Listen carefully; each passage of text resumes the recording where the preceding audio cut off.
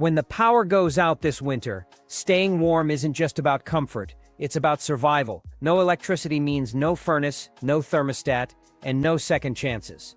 Within 48 hours of a winter blackout, your home can turn into an icebox, and hypothermia becomes a real killer. Most people aren't ready for it. Are you? Here's the truth.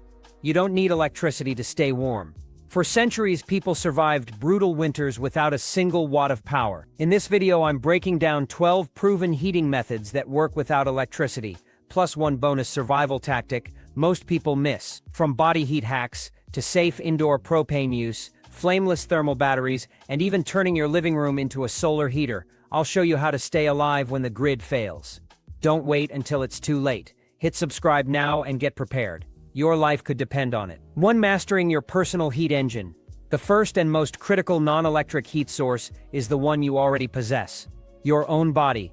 This is not a metaphor, it is a biological fact. Every moment of every day, your body is engaged in a process called thermoregulation, a constant effort to maintain its core temperature around 98 F. This process is fueled by the calories you consume, which your metabolism converts into energy. A significant portion of that energy is released as heat, turning you into a walking, breathing radiator that generates approximately 100 watts of power while at rest.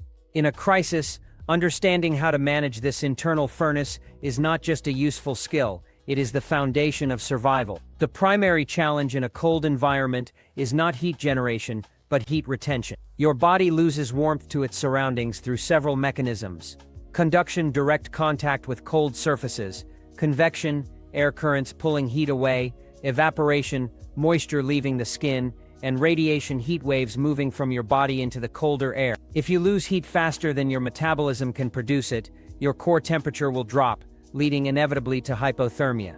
The key is to build a protective barrier that minimizes this loss and traps the warmth you are already producing. This is where the principles of strategic layering become essential. The goal is to create a personal microclimate around your body. This system begins with a base layer, which has one single vital job: moisture management. Any fabric that sits directly against your skin must be able to pull sweat away and allow it to evaporate. This is why materials like merino wool or high-performance synthetics like polypropylene or polyester are non-negotiable. Cotton, in stark contrast, absorbs moisture and holds it against your skin, a process that can accelerate heat loss by up to 25 times. Wearing a wet cotton shirt in freezing conditions is a direct path to danger. Next is the mid-layer, which serves as your primary insulation. This layer's function is to trap air, which is then warmed by your body heat. The most effective materials for this are fleece, down, and wool. Crucially, this layer should not be tight. Compression eliminates the air pockets that are essential for insulation, rendering the layer ineffective. Think of it as creating a pocket of warm air, not constricting your body. Finally, the outer shell acts as your shield against the environment. This layer must be windproof and waterproof to stop convective heat loss from cold winds and to keep your insulating layers from getting wet from external sources like snow or rain. Without a proper shell, even the best insulation system will fail as wind strips away your trapped warmth. Protecting your extremities, head, hands, and feet is equally critical, as a disproportionate amount of heat is lost through these areas. A wool hat, insulated gloves, and thick, dry socks are not accessories. They are vital components of your personal heating system. Mastering this layering strategy transforms you from a passive victim of the cold into an active manager of your own survival. 2. The power of reflective technology. Next, we address one of the most cost-effective and powerful survival tools available: Mylar space blankets. These thin metallic sheets, often found in first aid kits, are frequently underestimated due to their flimsy appearance. However, their value in a power outage scenario cannot be overstated. Developed by NASA in the 1960s, the material properly known as BOPET, biaxially oriented polyethylene terephthalate, was designed to shield sensitive equipment and astronauts from extreme temperature fluctuations in space. Its effectiveness lies not in generating heat, but in retaining it. A Mylar blanket reflects up to 90% of the body's radiant heat, sending it directly back to you. In a situation where every degree of warmth is precious, this simple function is a critical survival mechanism. Understanding how to use these blankets correctly is the difference between an effective tool and a useless piece of foil. the fundamental rule is to position the shiny, reflective side toward your body. This is the surface that will bounce your thermal energy back. Simply draping it over yourself is a start, but creating a small air gap between your skin and the blanket is even better. This trapped layer of air provides an additional pocket of insulation, which is then warmed by your body, enhancing the blanket's overall performance. Avoid wrapping it so tightly that it constricts movement or eliminates this air gap entirely. The goal is to create a personal heat retention system, not a straitjacket. Despite their strengths, Mylar blankets have limitations that you must acknowledge. The material is not breathable. As your body perspires, that moisture becomes trapped inside the blanket. This can lead to dampness, which dangerously accelerates heat loss. To counteract this, you must periodically vent the blanket to allow moisture to escape, ensuring your skin and clothing stay dry. Furthermore, Mylar is notoriously fragile and can be punctured or torn with little effort. Handle it with care and be prepared with duct tape for quick repairs. Their loud, crinkly noise is another drawback, but in a true survival situation, staying warm is a higher priority than quiet. The versatility of these blankets extends beyond personal use.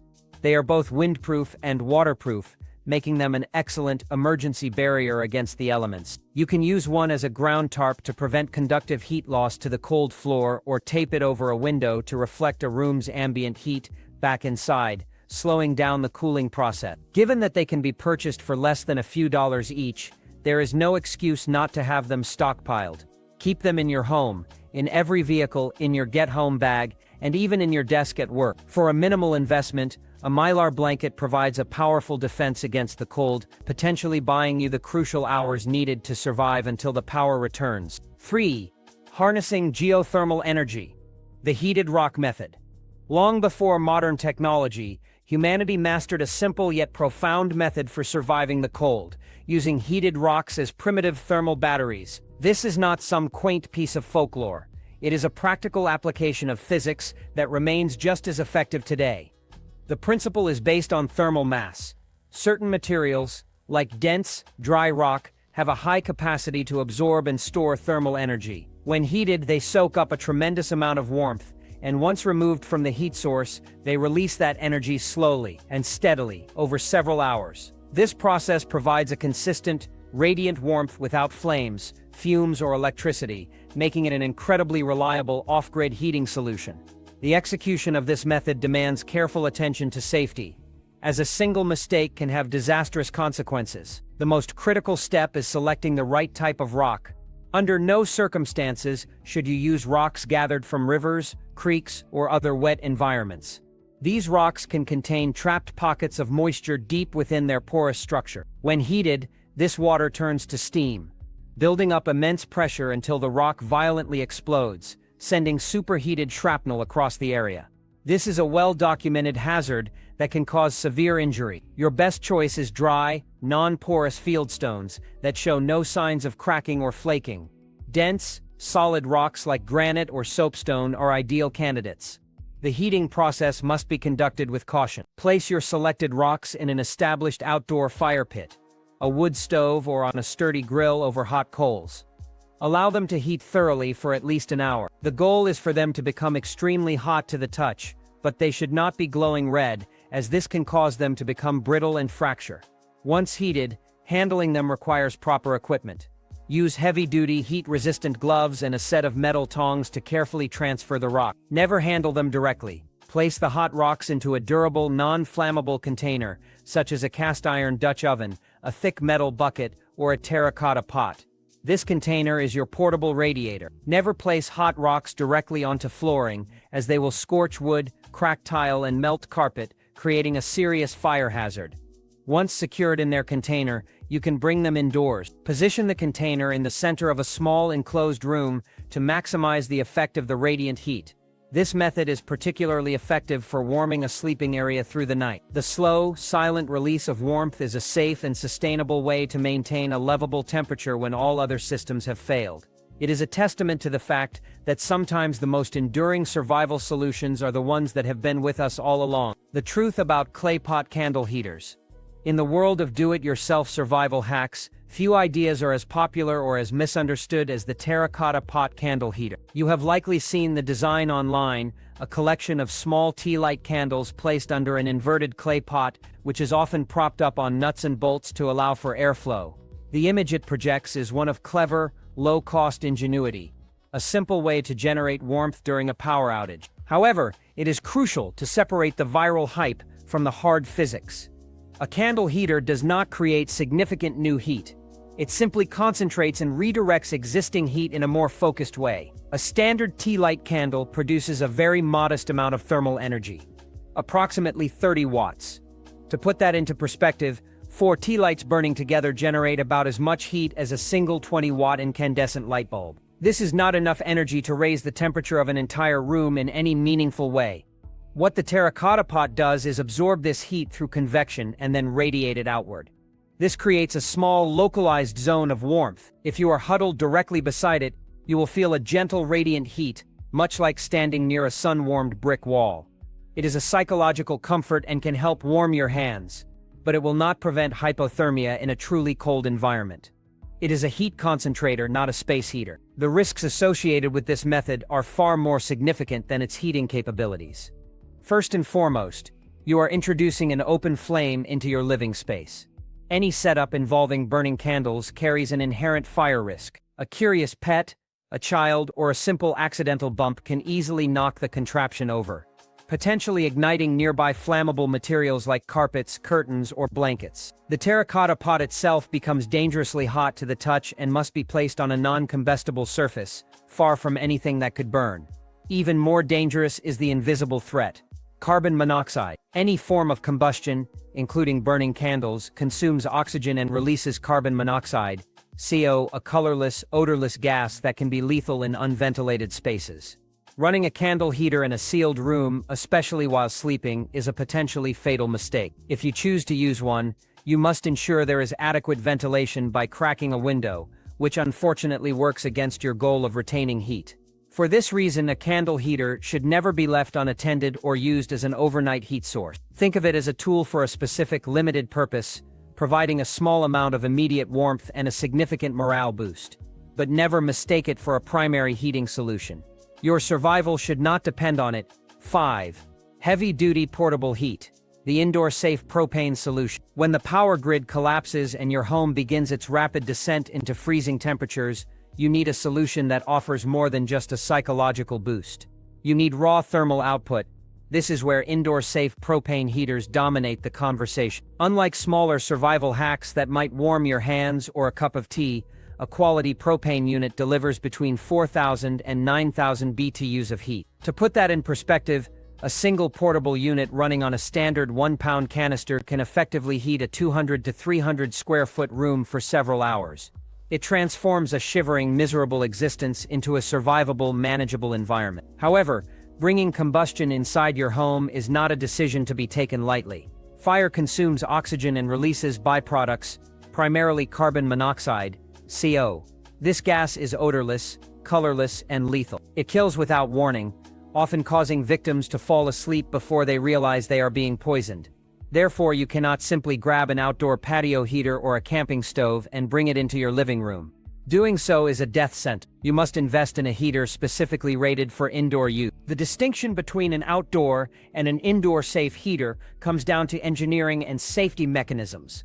A proper indoor propane heater, like the popular Mr. Heater Buddy series, is equipped with an oxygen depletion sensor, ODS. This sensor constantly monitors oxygen levels in the room. If they drop below a safe threshold, the unit automatically cuts the fuel supply, extinguishing the flame. Additionally, look for a tip-over switch, which instantly kills the gas flow if the heater is knocked over. These two features are non-negotiable. If a heater lacks them, it stays outside. Even with these safety features, operating a propane heater requires discipline. You must maintain ventilation. It seems counterintuitive to open a window when you are trying to stay warm. But cracking a window just 2 inches provides the necessary airflow to replenish oxygen and vent potential fumes. Furthermore, reliance on the heater's internal sensors is not enough. You need redundancy. A battery-operated carbon monoxide detector with fresh batteries must be placed in the same room as the heater. If you don't have a working CO detector, you do not light the heater. Period. Fuel storage is the final piece of the puzzle. Propane tanks, regardless of size, should never be stored inside your living space. If a valve leaks, propane gas, which is heavier than air, will pool along the floor. A single spark from static electricity or a pilot light could trigger a catastrophic explosion. Store your bulk tanks and spare 1-pound canisters outside in a well-ventilated area, protected from the elements but away from your home's interior. Propane heaters are powerful tools that can save your life in a winter blackout, but they demand respect. Treat them with the caution they deserve, or they can become just as dangerous as the cold you're trying to escape. 6. The old-school workhorse, mastering kerosene heat. When it comes to raw, unadulterated heating power during a grid-down scenario, kerosene heaters are in a league of their own. While other methods might take the edge off a chill, a high-quality kerosene heater is capable of replacing your furnace for a specific area of your home. These units are the heavy artillery of emergency heating, typically pumping out anywhere from 10,000 to 23,000 BTU. That is enough thermal energy to keep a large family room or a small cabin comfortably warm, even when outside temperatures drop well below freezing. They are rugged, efficient, and have a proven track record stretching back decades. However, unlike modern electric appliances, they require active, intelligent management. Used correctly, they are lifesavers. Used carelessly, they are hazards. The single most critical factor in operating a kerosene heater safely is fuel selection. There is no room for compromise here. You must use 1K grade kerosene, which is refined to be as clean and sulfur-free as possible. This fuel should be crystal clear, looking almost like water. Do not use red-dyed kerosene intended for agricultural machinery or construction equipment. The dye will clog the heater's wick, produce excessive soot, and fill your home with noxious fumes. Furthermore, never under any circumstances put gasoline in a kerosene heater. This is not a make-do situation. Gasoline vapors are far more volatile than kerosene. Introducing gasoline into a unit designed for kerosene will likely result in a catastrophic explosion. Refueling is the operational phase where most accidents occur. You must adhere to a strict protocol. Never refuel the heater indoors and never refuel it while it is hot. Even if it is freezing outside, you must shut the unit down, wait for it to cool completely, and take it outdoors to top up the tank. A spilled drop of fuel on a hot casing can ignite instantly. Spilling fuel indoors on a carpet or wood floor creates a permanent fire hazard and a lingering chemical smell that is nearly impossible to remove. By refueling outside, you eliminate the risk of vapor buildup and keep the fuel source isolated from potential ignition points inside the home. Finally, you must respect the chemistry of combustion. Kerosene heaters consume oxygen and emit carbon monoxide and nitrogen dioxide. Modern homes are often sealed tight for energy efficiency, which makes this dangerous. You cannot run these heaters in a hermetically sealed room. You must crack a window at least 1 inch to create a fresh air exchange. This might seem counterproductive when trying to stay warm, but it is necessary to prevent oxygen depletion and gas buildup. Just like with propane, a battery-powered carbon monoxide detector is non-negotiable. Additionally, you must maintain the wick. A dirty or uneven wick causes incomplete combustion, leading to more fumes and less heat. Kerosene heating is not a set-it-and-forget-it solution. It is a hands-on discipline that demands your full attention. 7. The ultimate off-grid anchor. Wood-burning stoves. If you are serious about long-term survival during a winter blackout, a wood-burning stove is not just an appliance, it is the operational heart of your home. While other methods like propane or kerosene are finite resources limited by what you have stored in tanks, a wood stove offers true energy independence. It is a multifunctional tool that radiates intense, dry heat, provides a cooking surface for boiling water and preparing meals, and can even be used to dry wet clothing. In rural communities from Alaska to the mountains of Maine, these stoves are not backups. They are primary lifelines that function reliably regardless of the status of the electrical grid. However, integrating a wood stove into your preparedness plan requires more than just buying a cast iron box and sticking a pipe out the window. It is a lifestyle commitment that demands labor, knowledge, and respect for fire safety. The first reality check is the fuel itself. You cannot simply forage for fallen branches or cut down a live tree and expect it to burn effectively.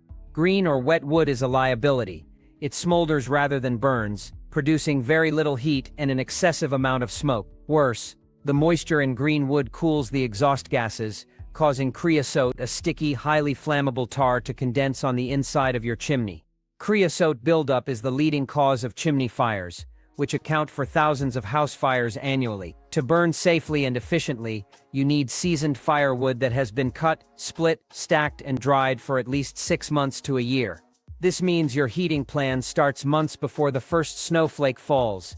Installation is another area where cutting corners can be fatal. A wood stove operates at incredibly high temperatures, and proper clearance from combustible materials is critical.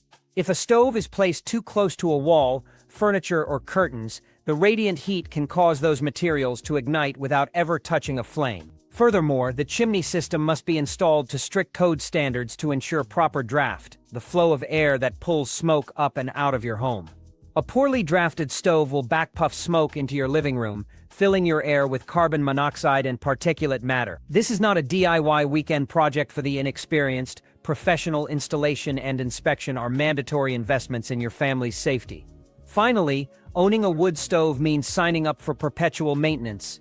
It is a hands-on machine. You must regularly remove ash to ensure proper airflow to the firebox.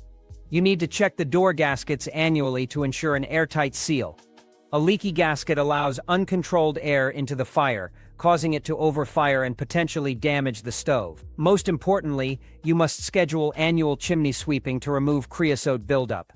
If you neglect this, you are building a bomb in your chimney.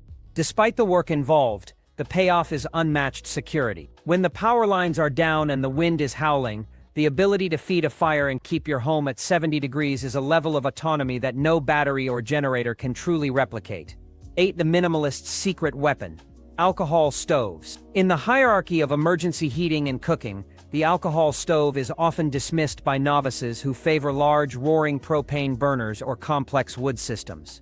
This is a mistake. For urban preppers, apartment dwellers, and those needing a lightweight, portable solution, the alcohol stove is a silent, efficient powerhouse. Originally championed by ultralight backpackers who count every gram of gear, these simple devices have earned a permanent place in serious survival kits because they offer something rare in a crisis: reliability without complexity. There are no moving parts to break, no jets to clog, and no high-pressure seals to fail. It is chemistry in its simplest form. The mechanics of an alcohol stove are deceptively simple. Most designs, including the popular DIY soda can models or commercially available brass burners, operate on the principle of fuel vaporization. You pour liquid alcohol into the reservoir and light it. As the flame heats the metal rim of the stove, it boils the alcohol inside the double walls, forcing pressurized gas out of small jets around the perimeter.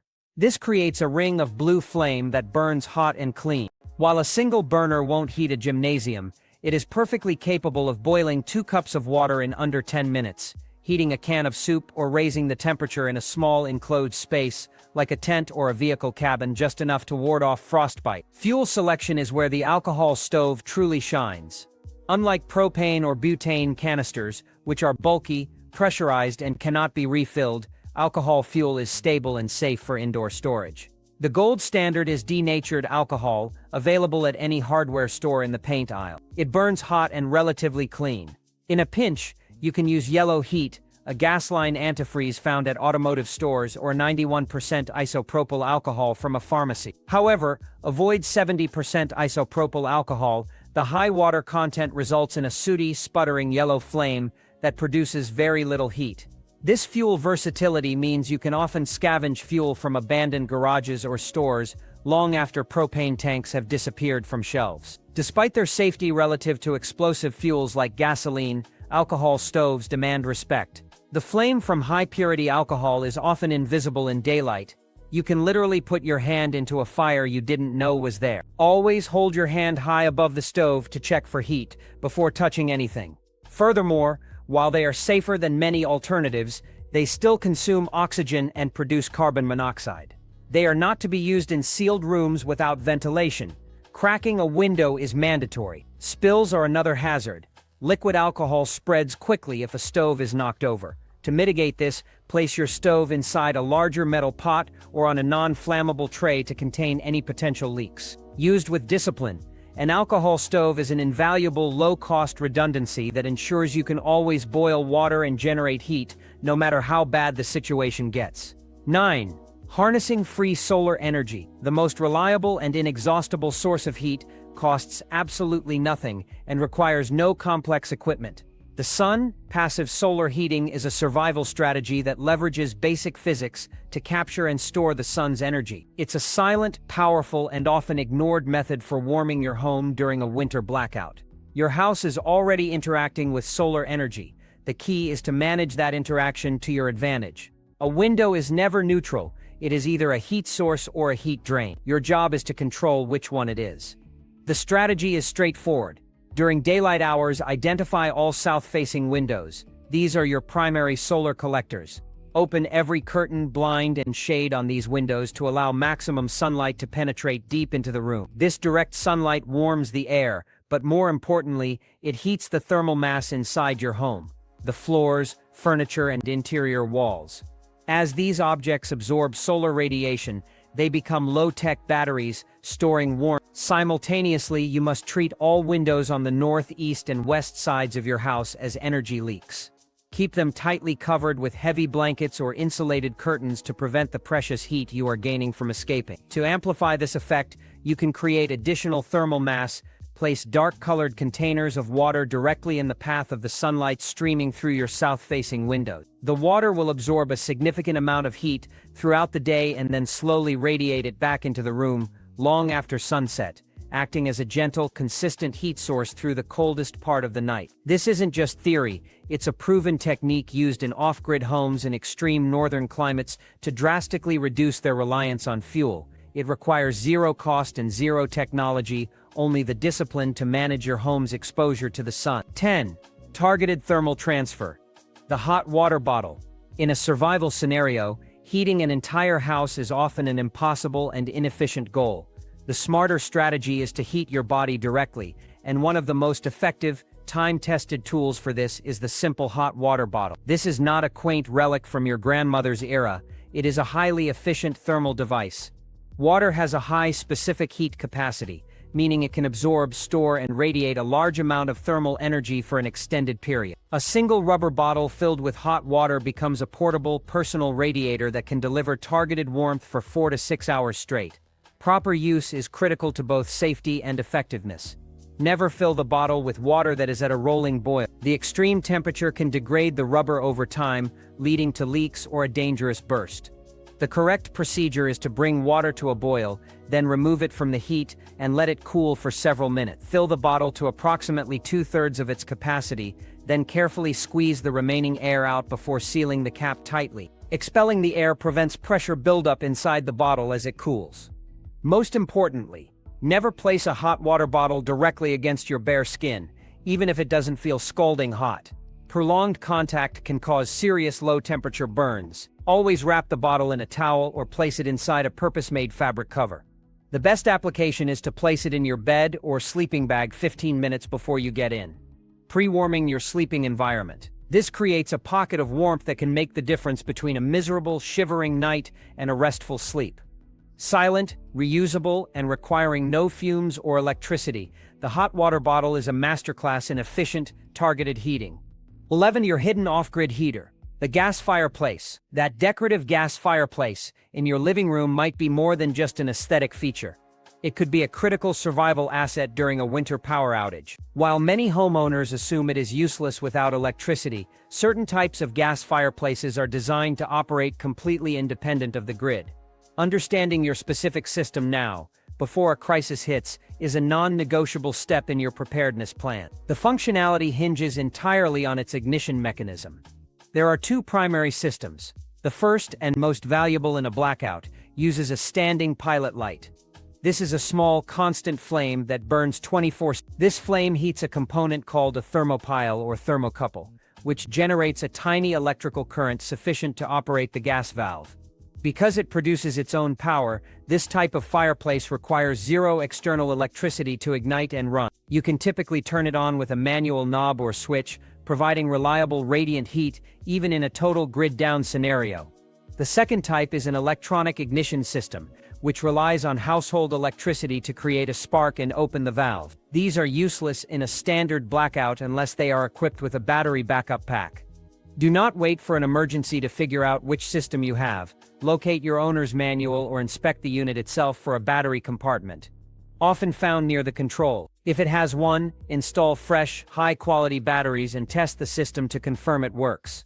Even if the electric blower fan is inoperable during an outage, the fireplace will still radiate a significant amount of heat, turning one room into a warm sanctuary for your family. Making a false assumption about your fireplace could be a dangerous mistake. Verify its off-grid capability today, because when the lights go out for good, that steady flame could be your primary defense against the cold.